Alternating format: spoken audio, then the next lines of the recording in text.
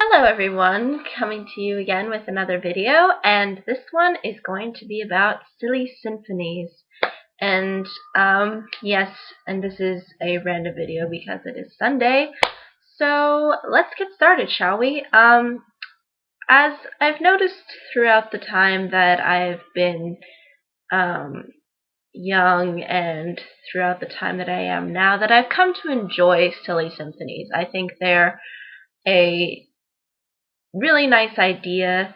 The Each cartoon, I feel like, offers something unique and different, and I just wanted to share with you some of my favorite silly symphonies.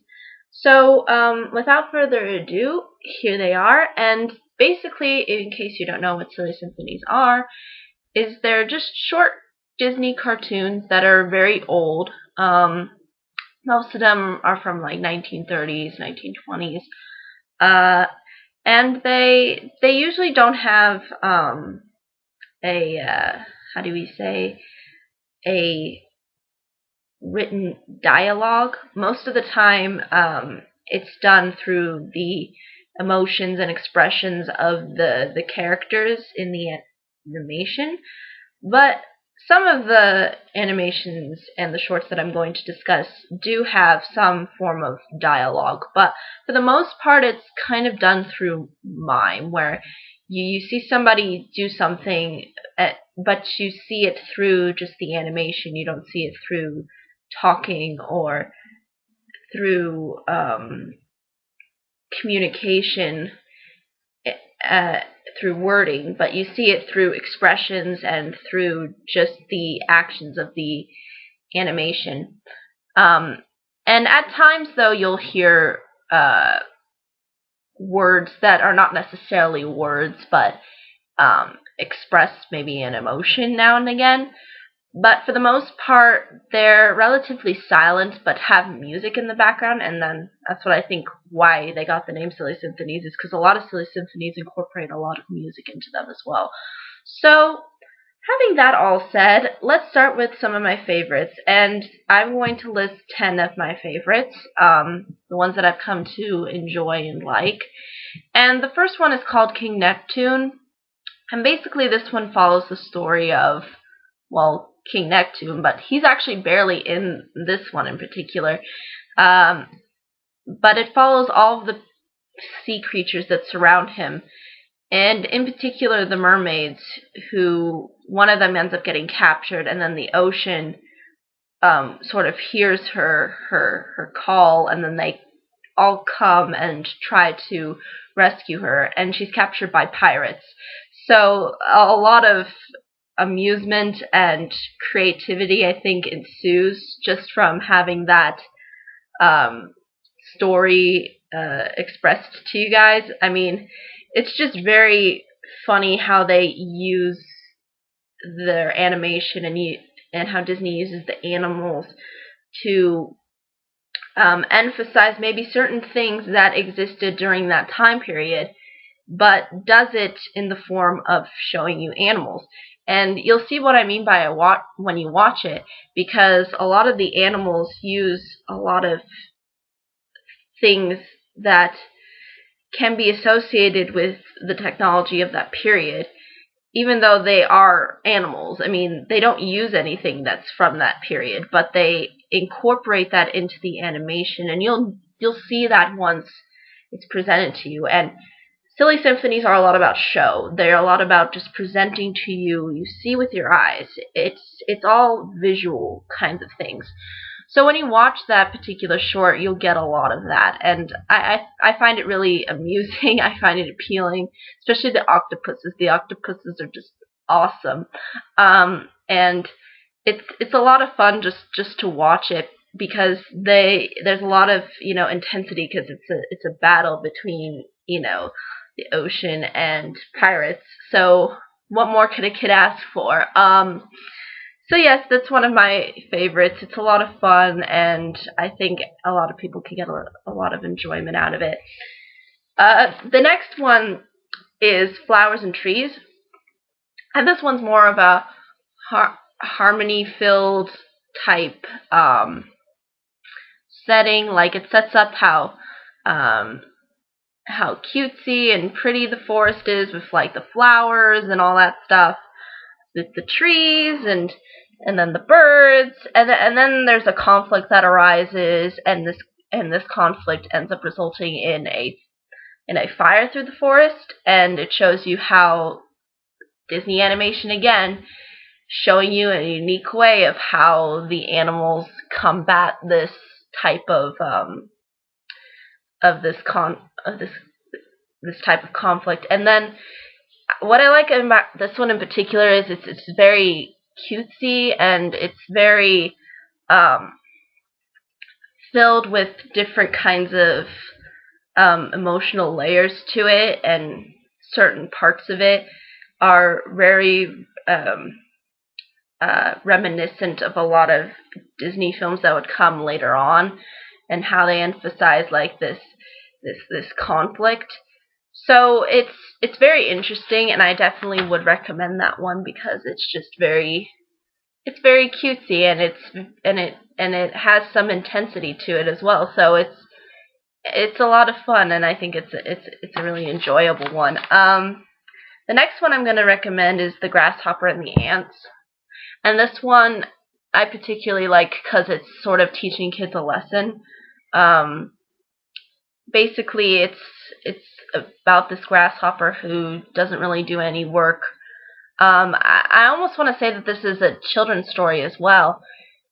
And the ants do all the hard work, and what basically ends up happening is that the grasshopper, during the winter when there's no food around and when the ants have taken shelter, he just kind of roams about searching for food, even though there is no food. And I find this one in particular kind of childlike is through the music and a lot of, what it's sort of like to be a kid in a way, with the whole concept of, not taking responsibility and thinking everything is laid out for you. And I like how it teaches kids that that the world's not like that all the time.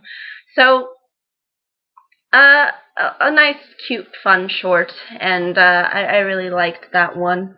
That one was a lot of fun. Now the next one I'm going to recommend is called Woodland Cafe, and actually that one, it doesn't really involve necessarily a story like all of the other ones that I've mentioned, where there's like a conflict or there's some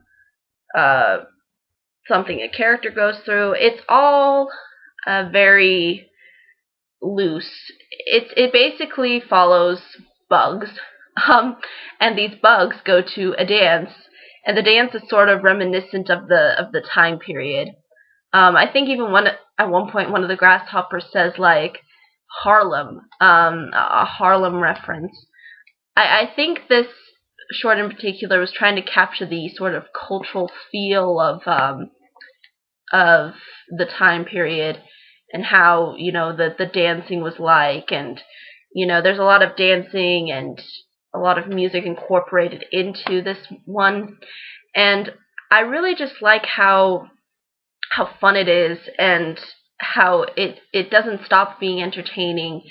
At one point they actually have a show inside the cafe, so it's like a show within a show, which is kind of funny because we're watching their show and then they're watching their show, and there's this one part where there's a fly who's a female and then a spider who's like a male.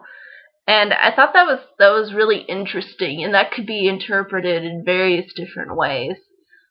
But once you watch it, you'll probably maybe get the gist of like the message of it, which I found interesting, and interesting that Disney would kind of bring this whole thing up within such a short little segment of this whole particular symphony. And I really enjoyed it. I thought it was a lot of fun, and I think it's worth recommending. Now the next one I'm going to recommend is actually follows an actual story. It's called Music Land, and basically you have the Land of Symphony on one end, and then you have the Isle of Jazz on the other, and so they're sort of rivals. You can kind of tell by the way the mom of the Land of Symphony acts, that that they kind of keep a distance from one another because they don't have anything that connects to them, as you'll see in like the beginning. And what ends up happening though is that her daughter falls for this saxophone, and basically all the characters are musical instruments. So the Land of Symphony is all symphony orchestra type-ish instruments, and then the Land of Jazz has all jazz type instruments like saxophones and drums and whatnot. And I thought that was really interesting to see these two, like a saxophone and like I'm assuming she's a violin or a viola, I'm not sure, but they're a little like love that they have for each other is very cutesy and it's really funny. I found it really amusing how it's kind of played like it's a Romeo and Juliet story, and I really like how when the mom figures out, that she likes a jazz instrument, that she kind of just jails him, and then he gets word from this to his dad, and the dad is like the king of the island of jazz, and then the mom, who's the mother of the daughter, is for the Land of Symphony. So it was interesting to see that, and then basically just a whole battle ensues, and then it comes back to the conflict is resolved in some way, and I don't want to give it away or anything because it's a lot of fun, and the animation's really creative, and I really like how I think a lot of like music type people will get this, like they'll laugh because it's sort of amusing in that way. And it has a lot of innocence and charm to it, and I think it's really enjoyable, and I like that one a lot. That one's a lot of fun. Now the next one is the Cookie Carnival. This one I like because it just has that Disney-esque creative animation to it, with having all of the characters be like cookies and treats and things like that, and how kids can obviously find that really appealing because who doesn't love cookies? And it basically follows somebody, one of the cookies, who ends up being crowned like the Cookie Queen, and then she's sort of asked by the public who she wants to marry to be as Cookie King, and so and it's really fun. It's very amusing, and the angel fruitcakes. If you watch this one, the angel fruitcakes they crack me up. Like every time I just see them and then start hearing their voices, I just start laughing. And then there's like these. I think they're called rum cakes or something, and then they're like portrayed as like having drunken too much. It's very amusing. It's a lot of fun to just watch, and see the animation and the creativity just shine throughout this whole thing. A lot of fun, very enjoyable, definitely worth watching. At something that kids and adults can enjoy alike. Very fun. Now the next one I'm going to recommend is one of my favorites. Well, all of these are my favorites, but this one I like in particular because it combines a lot of things. But first off, the animation is stunning. It's beautiful in this one. Really liked the animation. And it's basically called The Ugly Duckling, or basically, and it follows the story of the Ugly Duckling. And it's very touching.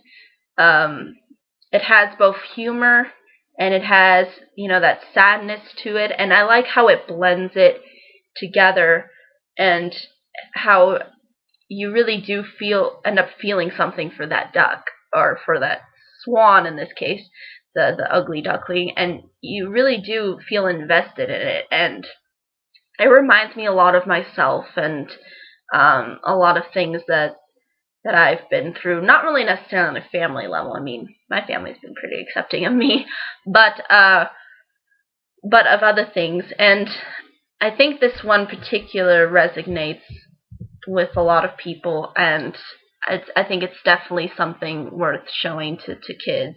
It has a lot of mixed emotions, and it plays out those emotions really well, and I really, really enjoy this one. The next one I'm going to recommend is Merbabies, which is a really unique, actually, because, I mean, it follows the Merbabies, but instead of making, you know, the Merbabies and showing them as like, oh, they have this ocean where there's all the sea critters. They do show sea critters, but they're done in a form of circus-type-esque animals. So you'll see a catfish in a cage. You'll see octopuses that kind of portray themselves as elephants. And I thought that's just so creative. That's just so interesting. And it's so funny just to watch and see the cutesiness. And I really like how the Merbabies are just kind of like these little innocent children. And I think there's a lot of enjoyment that kids can get out of it. And again, you have to be in a childlike, nostalgic mood. You know, if you're in that kind of mood, watch these. If you're not in that type of mood, then you probably won't get as much enjoyment out of them. But if you really want to search back to your childhood, this is definitely the place to go. All of these silly symphonies that I mentioned so far, and that I will mention as I further continue on in this video. But for the most part, this one doesn't, again, really tell a story. It just kind of presents itself similar to the Woodland Cafe, where it's just showing you these Merbabies and how they're having fun in the ocean and hanging out with the circus-type animals that are really sea animals, but they're used as sort of like circus animals in the ocean world. So you really get absorbed. It's a lot of fun and very, very cutesy and just very likable. And then the next one I'm going to recommend is Elmer Elephant. And basically Elmer is an elephant with a big trunk, and he kind of gets bullied around by the other animals because he has this big trunk, or long trunk. And it really captures like how it feels to be bullied and how it feels to be hurt. And I think that can be very relatable to a lot of people. And, you know, and then also, not only that, but it kind of tells us how we can use whatever people, you know, make fun of us for to our advantage. Like you'll see there's a conflict that arises in this, and Elmer uses his trunk to sort of save the day. So it's very interesting how Disney kind of addresses these universal childlike issues that can be applied to kids, you know, no matter what day and age they are in. So I found it very interesting and very likable. It's just very cute, and the animation is really nice and colorful, and it has a nice message to it, and I think it's something worth looking into and can be enjoyed. And then for the last one, it is going to be The Three Little Pigs, and The Three Little Pigs is actually one of the most famous of the Silly Symphonies. I think the reason why is just because everybody just knows the story of the Three Little Pigs, and that's basically what the Silly Symphony does, and it does it through music and through talking. You'll see how the pigs, you know, mostly do things through song. And it has that really catchy song of "Who's Afraid of the Big Bad Wolf?" Da da da da da, and it's just really fun and amusing, and the animation does a good job of capturing that sort of amusement. If you see the background, you'll see a picture of the father, and the father happens to be a couple of sausages, and it's in one of the pigs' houses, and it's very amusing. And it has that sort of amusing charm to it, that can be presented to kids, and sort of shows the story of the three little pigs in a fun and sort of maybe upbeatish sort of way, and shows that just through the animation, through the expressions, and I guess that's really all I can say about that one in particular. But it's a lot of fun, and I definitely would recommend it to people. It's awesome.